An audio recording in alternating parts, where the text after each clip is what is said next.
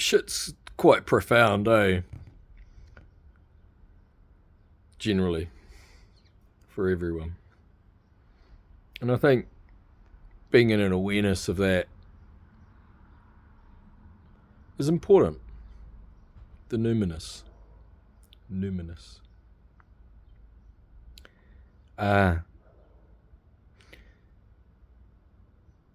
I picked a local community member up from the airport today. I come back from England. Her parents have been struggling and she's trying to be there for them in sickness. And I was talking about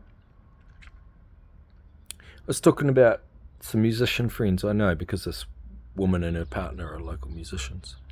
And I was talking about an art, theatre, punk band who's well known in Wellington regions, and their model and relentless self-promotion and CD making and performances overseas and exotic places like China and Java, and so they're highly accomplished people.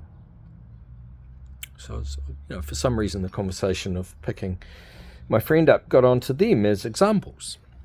I think I was probably encouraging my friend Catherine to, I think we were talking about her music and busking perhaps. I can't quite remember how we got onto the other people. Anyway, I get home, there's several texts from, and I'm out of contact with these people. They're very busy, they had government jobs, and they're friends, but they're occasional friends and yada yada. So I don't hear from them very much. And I got back and there was like a series of texts from the chap I was talking about. It's like, oh, hello. James's psychic Wi-Fi is in effect, right?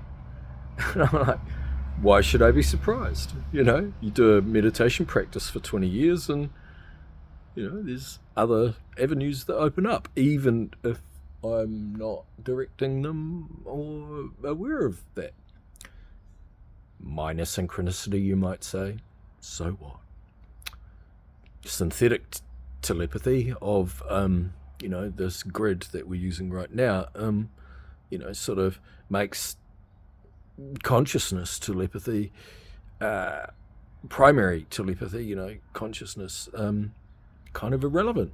No, it doesn't. No, not in my books. Now, the funny thing is the mechanism I'm sort of talking about, common everyday telepathy, or speculative telepathy, we don't know. Synchro mysticism, that is precisely the very long-winded, very detailed differences of opinion that me and Kieran have around the miraculous, around science, around the mechanistic model, around empirical evidence, around art and culture, around money and state. Like Kieran is an intellectual anarchist, and I suppose in my own way I am. But whereas I have a supernatural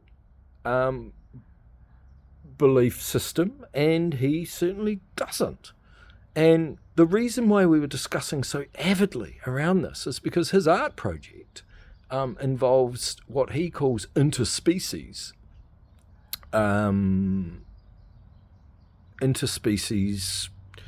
communication, feedback loops between art, science, and music. He mics up vegetables and mushrooms and plants and gets a nervous system, a voltage response, and there's all sorts of implications around the unconscious and the non-human, and it's it is a fascinating field, both conceptually, scientifically, and artistically, and he's been sort of turning that into a public performance, but I was totally encouraging Kieran to sort of extend into the speculative contemporary art world with ways of propagating the investigation of the known and the unknown, which consciousness always has been about. Perhaps even religious experience has always been about. The attitudes that we both took were, it was an open, and it was just a wonderful conversation. I love him dearly for it. I'm always edging at rationalizing the miraculous as actually normal. And, I think quantum physics, there is science, purporting why, twins will have the same thought at the same time, across time and space instantaneously. There are a lot of, I think it's called MYTICs, I could be wrong, consciousness studies that have a scientific sort of basis for the magical, for what historically has been called magic or miracle. So, now, I go into realms of the afterworld with that. I go into realms of manifestation. And it doesn't really matter if we believe in it or not. Is there cultural and evidential, proof for these things? And, because I have a bit of an esoteric and occult research fetish, I'm always kind of juggling the spiritual approaches in human, like I keep prefacing my attitudes and opinions based on my surface research, even though it's solid. Listening to other people, I'm not actually a qualified researcher. I am a lay person, but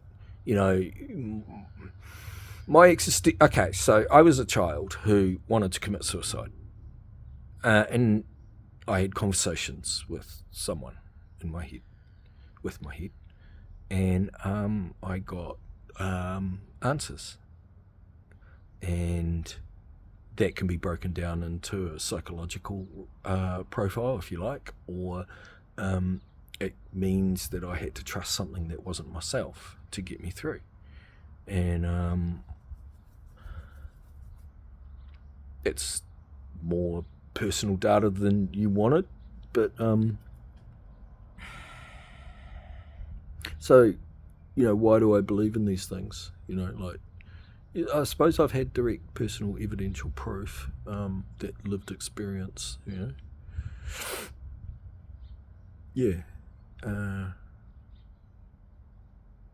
so that's just a little side rant around how art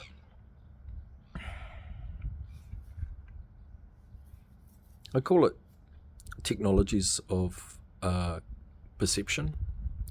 Art should challenge our assumptions. I think the unknowable is knowable within frames of reference, but it doesn't mean that we get to create what's known. We can only discover from a certain vantage point. I think that we're pretty damn arrogant to think that I heard this great there's this great measure. Okay, so if all of the light spectrum is the 6,000 kilometers of the Mississippi River, if that's that's the known light spectrum as far as our gadgets can tell. Human perception of light, where we live, our entire worldview is based on 2.5 inches of the 6,000 Ks. So, our ignorance is profound about the nature of reality, and I do believe that there are ascended people and that this person, place, and thing on this planet is merely an incubation on a spiritual dimension of our own capacities. And that excites me, because that means that there's another civilization that we're actually participating in that we have no idea is going on, and that some people do have an idea. We are interpenetrated from other realms, and the Vedic have extensive cosmology around that, the Vedic texts. And yeah, this is our ancient animal heritage, is that life is energy and vibration, and there's many rooms in my father's house. You know, it's exciting.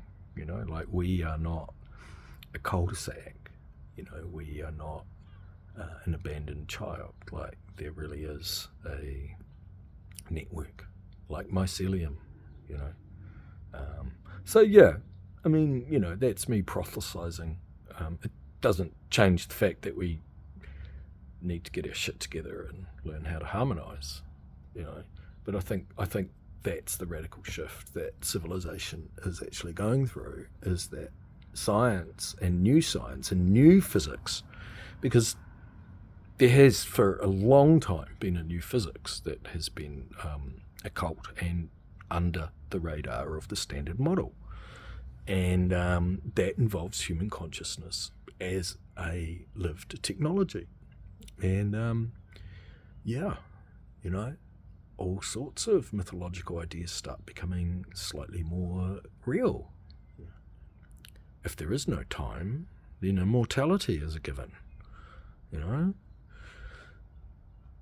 So even though I like dialoguing with Bible people, and I'm intrigued by the residue of the magical scientific thinking that I'm not describing particularly well to a skeptic, you know,